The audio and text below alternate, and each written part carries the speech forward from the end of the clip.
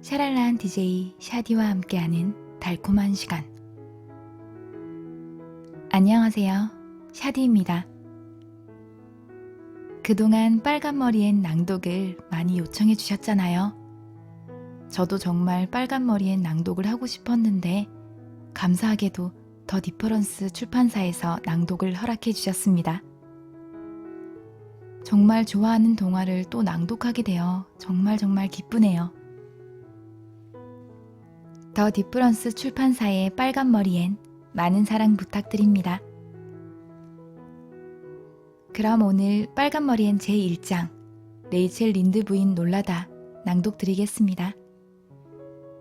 오늘도 샤디와 동심의 세계 함께해요.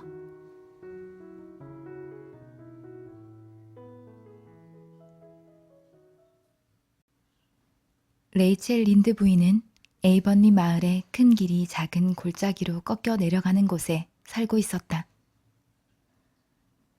그곳에는 오리나무와 푸크시아 꽃이 흐드러지게 피어 있었고 오래된 커스버트덱 농장숲에서 샘솟은 시냇물이 큰 길을 따라 흘러내렸다.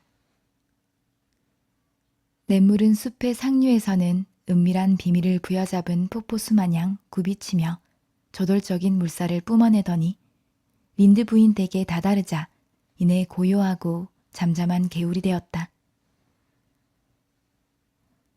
마치 린드 부인의 대문을 지나치려면 시냇물마저도 품위와 예의를 갖춰야 한다는 듯이 어쩌면 린드 부인이 창가에 앉아 날선 눈으로 시냇물이건 아이들이건 지나가는 모든 것을 지켜보고 있다는 것을 냇물이 눈치챘을지도 모를 일이다.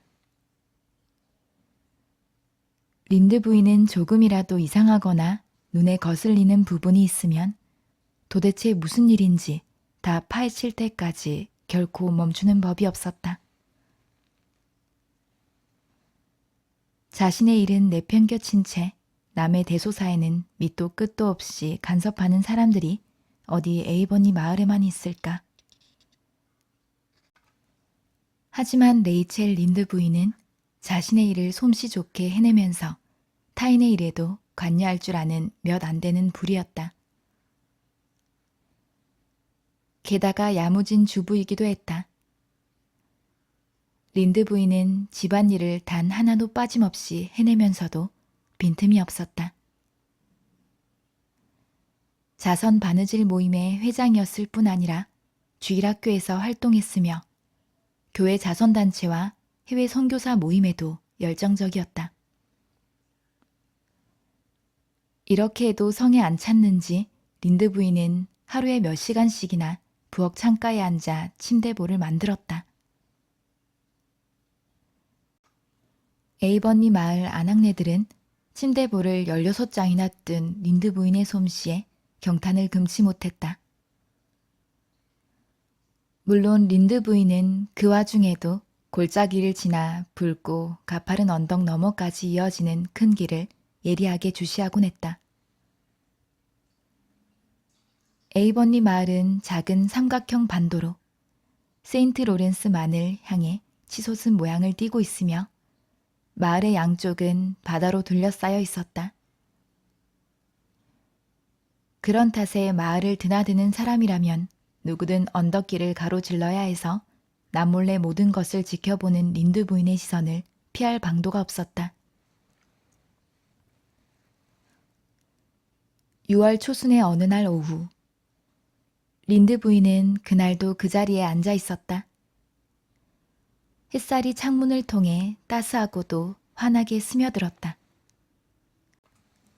집 아래쪽 비탈길에 자리 잡은 가수원에는 새색시에 발그레한 뺨과도 같은 연분홍빛 꽃들이 피어 있었고 그 위로는 벌이 떼를 지어 웅웅거리며 날아올랐다. 에이번리 사람들이 레이첼 린드의 남편이라고 부르는 온화하고 키가 작은 토머스 린드는 마구간 너머에 위치한 언덕 텃밭에서 철 진한 순무씨를 뿌리고 있었다.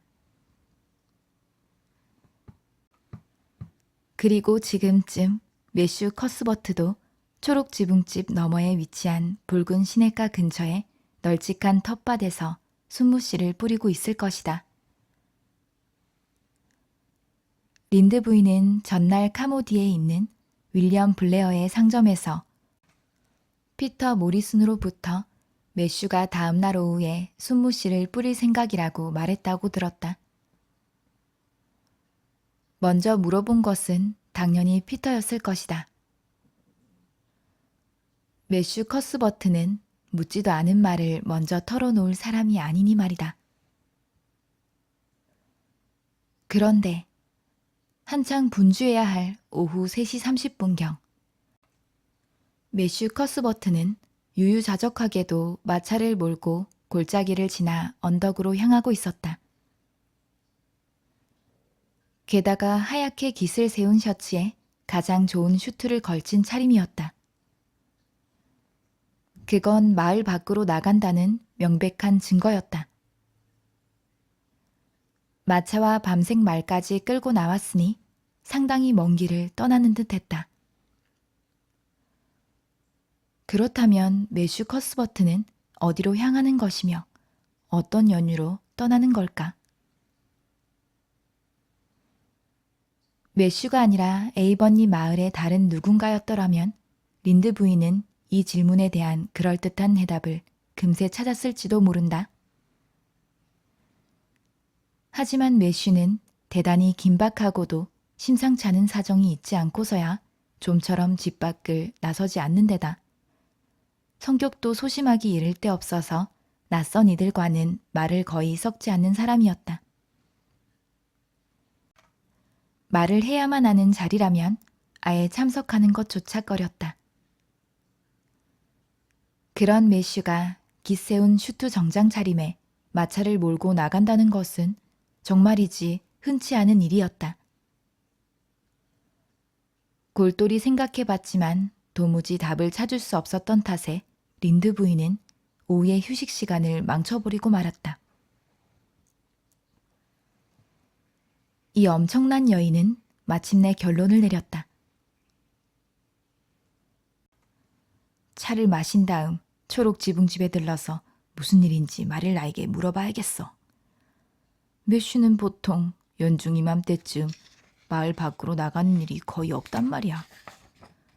누군가를 방문하는 일도 없고 순무씨가 다 떨어진 거라면 저렇게 차려입고 마차까지 몰고 집을 나설 이유는 없잖아. 만약 급한 일이 생겨 의사를 부르러 가는 거라면 저렇게 느긋한 걸음일 수가 없지. 하지만 오늘 밤 이후로 무슨 일이 생긴 게 분명해. 통할 수가 없네. 매슈가 오늘 에이버니를 왜 나갔는지 알아내기 전엔 도무지 신경이 쓰여서 정신을 가다듬을 수가 없겠어. 그래서 린드 부인은 차를 다 마시고 문 밖을 나섰다. 멀리 갈 건 없었다. 과일나무로 에어싸인 널찍하고 휑한 커스버트 집은 린드 부인이 사는 골짜기에서 4분의 1마일도 채 안 되는 거리에 있었다.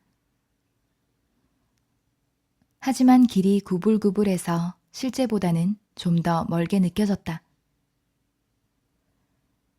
매슈의 아버지는 자신을 닮은 아들만큼이나 조용하고 점잖은 사람이어서 숲속에 파묻히지는 않지만 최대한 마을 사람들과는 거리를 둘 수 있는 곳에 집을 짓고 싶어 했다.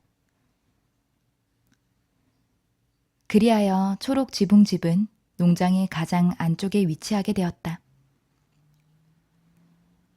지금도 에이번리 마을에 집들이 옹기종기 모여있는 큰 길에서 초록 지붕집은 겨우 보일 듯 말 듯한 정도였다. 린드 부인은 그런 곳에서 사는 것은 사는 것이라 할 수 없다고 생각했다. 그저 머무는 거지. 그게 다야. 린드 부인은 마차의 바퀴 자국으로 움푹 팬 풀밭을 걸으며 혼잣말을 해댔다. 들장미 넝쿨이 주변을 수놓았다. 매슈와 마릴라가 이렇게 외딴 곳에서 적적하게 보내는 걸 보면 둘 다 좀 유별나기는 한 게지. 저 무성한 나무들이 벗이 되어준들 얼마나 의지가 되겠어. 나라면 오히려 사람을 보면서 살 텐데. 그래도 본인들은 만족하는 것 같던 걸 뭐. 익숙해져서 그런가. 하긴 아일랜드 속담에도 사람은 어디서든 적응하기 마련이라고. 심지어 목을 매다는 일에도 익숙해지게 마련이라잖아. 린드 부인은 오솔길을 벗어나 초록 지붕집의 뒤뜰로 들어섰다. 녹음이 짙은 뒤뜰은 한쪽으로는 아름드리 버드나무로, 다른 한쪽으로는 포플로 나무로 채워져 깔끔하고 단정한 모습이었다. 삭정이나 돌멩이 하나 눈에 띄지 않았다. 그런 것들이 있었더라면 린드 부인이 지나칠 리가 없었을 게다. 마릴라는 실내를 청소하는 것처럼 마당도 쓸어내는 모양이라고 린드 부인은 속으로 생각했다. 바닥에 떨어진 음식을 주워 먹어도 먼지 하나 묻어나지 않을 것 같았다. 린드 부인은 부엌문을 재빠르게 두드리고는 들어오라고 하기가 무섭게 안으로 들어갔다. 초록 지붕 집의 부엌은 밝은 공간이었다. 아니, 전혀 사용된 적이 없는 응접실처럼 병적으로 깔끔한 모양새만 아니었다면 밝은 분위기를 자아냈을지도 모른다. 창문은 동쪽과 서쪽으로 나 있었다. 서쪽 창으로는 보드라운 열의 햇살이 쏟아져 들어왔다. 하지만 동쪽 창은 초록 넝쿨들이 뒤덮여서 왼편 가수원의 흰 벚나무와 시냇가 골짜기에서 흐느적거리는 호리호리한 자작나무들만 어렴풋이 보일 뿐이었다. 마릴라는 늘 동쪽 창가 쪽에 앉곤 했는데 그곳에 앉아서도 햇살을 내심 못 미더워했다. 그녀의 눈에 비친 햇살은 신중을 기해야 할 이 세상에서 지나치게 촐싹대고 무책임해 보였기 때문이다. 그녀는 동쪽 창가에 앉아 뜨개질을 하고 있었고 그녀의 등 뒤 테이블에는 간단한 음식이 차려져 있었다. 문을 제대로 닫기도 전에 린드 부인은 식탁을 보며 머릿속으로 모든 정황을 파악했다. 접시가 3개가 놓여 있는 것을 보니 마릴라는 메쉬와 함께 오는 손님을 기다리고 있는 게 분명했다. 하지만 일상용 접시와 꽃사과잼, 케이크 한 종류 정도뿐이니 대단한 손님은 아닌 것 같았다. 그렇다면 메쉬의 하얀 깃 셔츠와 밤색 말은 무엇이었던 걸까? 린드 부인은 이 고요하고 수상할 것이라고는 없어 보이는 초록 지붕집의 요상한 미스터리에 머리가 어질어질해졌다. 안녕하세요, 레이첼. 오늘 저녁은 정말 날씨가 좋네요. 그렇죠. 좀 앉아 있다 가세요. 가족들은 잘 지내죠? 마릴라는 사무적으로 인사했다. 마릴라와 린드 부인은 공통 분모라고는 찾아볼 수 없지만 어쩌면 그러하기 때문에 이 둘 사이에는 우정이라고 밖에는 표현하지 못하는 무언가가 있었다. 마릴라는 강한 인상에 키가 크고 마른 몸집에다 체형이 밋밋한 여자였다. 흰머리가 희끗희끗 비치는 검은 머리카락은 언제나 돌돌 말아올려 쇠 머리핀 2개로 단단히 고정시켰다. 경험의 폭이 좁고 깐깐해 보였으며 실제로도 그러했다. 하지만 조금만 매만져준다면 유머 감각이 되살아날지도 모를 그런 인매를 지녔다. 저흰 다 잘 지내요. 그저 매슈가 어딜 급하게 가는 걸 보니 마릴라 댁은 잘 못 지내는 것 같아 걱정이 되네요. 의사에게 진찰을 받으러 가나 생각했죠. 린드 부인이 대답했다. 마릴라는 그럴 줄 알았다는 듯 입술을 삐죽였다. 그녀는 린드 부인의 속을 익히 짐작했다. 매슈의 난데없는 외출이 이 이웃의 호기심을 부추기기에 충분하다는 것쯤은 눈치채고도 남았다. 아니에요. 어젯밤에는 두통이 심했는데 이젠 괜찮아요. 매슈 오라버니는 브라이트 리버 역에 갔어요. 노바스코샤의 한 고아원에서 남자아이 하나를 데려오기로 했는데 그 아이가 오늘 저녁 기차로 도착하거든요. 매슈가 브라이트 리버 역에서 호주 캥거루를 데려온다고 하였던들 린드 부인이 이보다 더 놀랐을까. 그녀는 정말이지 5초간 벙어리가 되어버렸다. 마릴라가 허튼 소리를 할 리야 없었지만 린드 부인은 그렇게 생각할 수밖에 없었다. 진짜예요, 마릴라?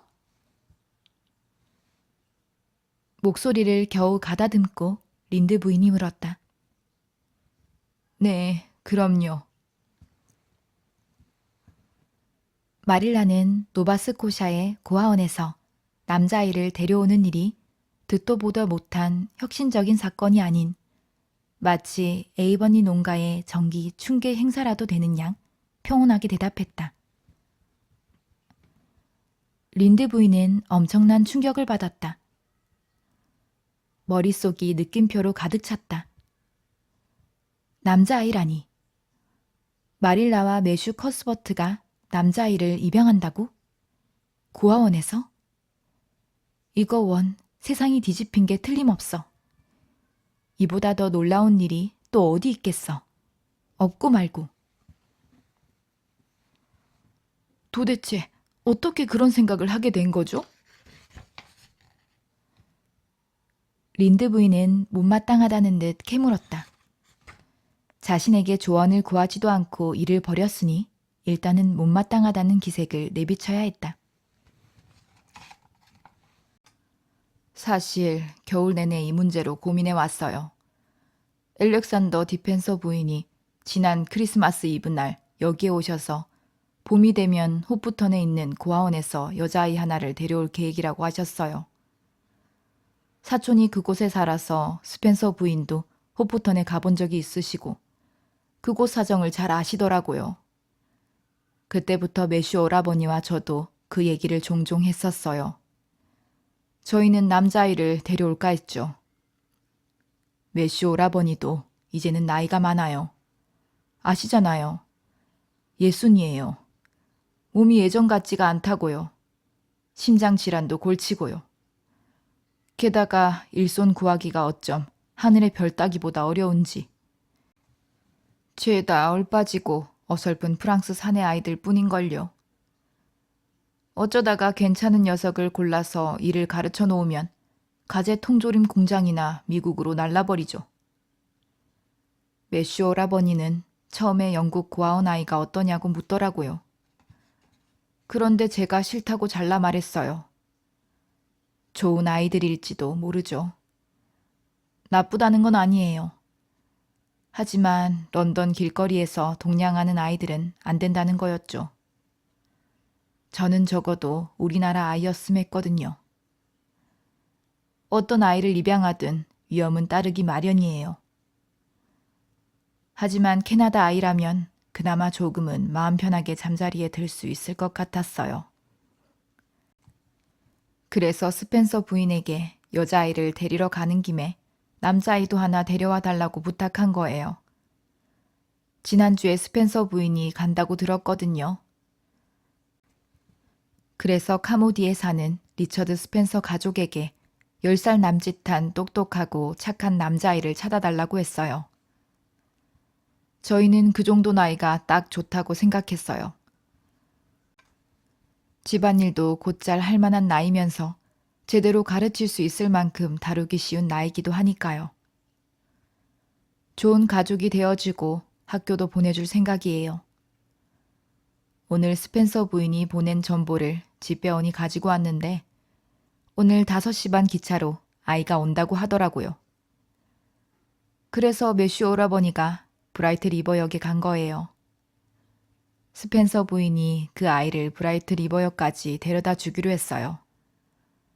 물론 그 다음에 스펜서 부인은 화이트 샌즈역까지 계속 갈 거고요. 린드 부인은 자기 생각을 밝히는 것을 항상 자랑스러워했다. 그래서 그녀는 이 놀라운 소식에 어느 정도 정신을 가다듬은 후 말문을 이어갔다. 마릴라, 솔직히 난 당신들이 지금 좀 엉뚱한 일을, 아니, 어쩌면 위험한 일을 벌이고 있다는 생각이 들어요. 지금 뭐가 어떻게 돌아가고 있는지 잘 모르는 것 같다고요. 지금 당신들은 낯선 아이를 집에 들이려고 해요. 가족으로 들인다면서 정작 그 아이에 대해서는 아는 게 하나도 없잖아요. 아이의 성향이나 부모, 심지어 나중에 어떻게 자랄지 아는 바가 전혀 없다고요. 내가 바로 지난주에 신문에서 봤는데 섬 서쪽에 살던 부부가 고아원에서 남자아이 하나를 입양했는데 글쎄 그 아이가 야밤에 집에 불을 질렀다지 뭐예요. 그것도 일부러요. 그 집안 사람들은 침대에서 거의 타 죽을 뻔했어요. 또 어떤 집에서는 입양한 남자아이가 날계란을 몰래 빨아먹곤 했는데 도무지 그 못된 버릇을 고칠 수가 없었대요. 나한테 이 문제에 대해 미리 조언을 구했더라면 이런 일은 꿈도 꾸지 말라고 했을 텐데 왜 안 그랬어요, 마릴라? 이 달갑지 않은 위안에 마릴라는 언짢아 하거나 놀라지 않고 잠자코 뜨개질만 했다. 레이첼 말이 일리가 있다는 거 알아요. 저도 약간 꺼림칙한 구석은 있어요. 하지만 오라버니가 아주 마음을 단단히 먹었어요. 그래서 어쩔 수가 없었죠. 매슈 오라버니가 그러는 건 드문 일이 아니잖아요. 그러니 저도 따를 수밖에요. 그리고 위험은 어디에나 있죠. 친자식을 둔 사람들에게도 위험은 있는걸요. 애들이 어디 곱게만 자라나요? 노바스코샤는 우리 섬 바로 옆이에요. 영국이나 미국에서 아이를 입양하는 것도 아닌걸요. 우리와 크게 다르지 않을 거예요. 린드 부인은 의심이 가득한 목소리로 답했다. 잘 됐으면 좋겠네요. 그 아이가 초록 지붕집을 몽땅 태워먹거나 우물에 스크린인 독약을 탄데도 왜 미리 기뜸하지 않았냐고 날 원망하지 말아요. 뉴브런즈웍에도 고아원 출신 아이가 딱 이런 일을 벌여서 온 가족이 끔찍한 고통 속에서 죽었다고요. 물론 그때는 여자애가 그랬다지만. 우린 여자아이를 데려오는 것도 아닌걸요. 여자아이를 키우는 건 꿈도 꿔본 적 없어요. 스펜서 부인이 무슨 생각으로 여자아이를 입양하겠다는 건지 모르겠어요. 하지만 그분이야 마음만 먹으면 고아원을 통째로 입양하고도 남으실 뿐이니. 마릴라는 우물에 독약을 탔다는 것은 마치 여자아이들만의 소행이며 남자아이들은 그럴 일이 없다는 듯 말했다. 린드 부인은 매슈가 고아소년과 돌아올 때까지 머무르고 싶었지만 그러려면 좋기 2시간은 더 걸릴 것 같았다. 그래서 길을 따라 로버트 벨 댁으로 가서 이 소식을 전하기로 마음먹었다. 둘째가라면 서러울 정도로 엄청난 화제거리가 아닌가. 그리고 린드 부인은 이러한 입방아를 꽤나 즐겼다. 린드 부인의 비관적인 말들에 불안과 염려를 서서히 느끼던 찰나에 부인이 떠나자 마릴라도 그제야 한시름을 놓았다. 오솔길로 들어선 린드 부인이 갑자기 탄성을 질렀다. 어머나 세상에, 정말 별일이야. 이게 꿈인지 생시인지. 그 어린 것이 가여워서 어째. 매시와 마릴라는 애들에 대해선 아는 게 없어. 어린아이가 할아버지보다도 현명하고 견실하길 바랄 거라고. 그리고 그 아이에게 어디 할아버지가 있기나 했겠어. 초록 지붕집의 어린아이라니 영 어울리지가 않아. 하긴 그 집에 아이가 있었던 적이 없었으니까. 매슈와 마릴라도 그 집이 지어졌을 땐 이미 다 컸고 그 둘을 보면 과연 어린 시절이 있기나 했었을까 싶기도 하지만 어쨌든 나라면 절대 그 고아 신세가 되고 싶진 않네. 불쌍한 것, 어린 것이 안 됐어. 린드 부인은 벅찬 감정을 들장미 넝쿨에 대고 터뜨렸다. 물론 린드 부인이 그 순간 브라이트 리버역에서 참을성 있게 기다리고 있는 아이를 보았더라면 동정심이 더욱 깊어졌을 것이다.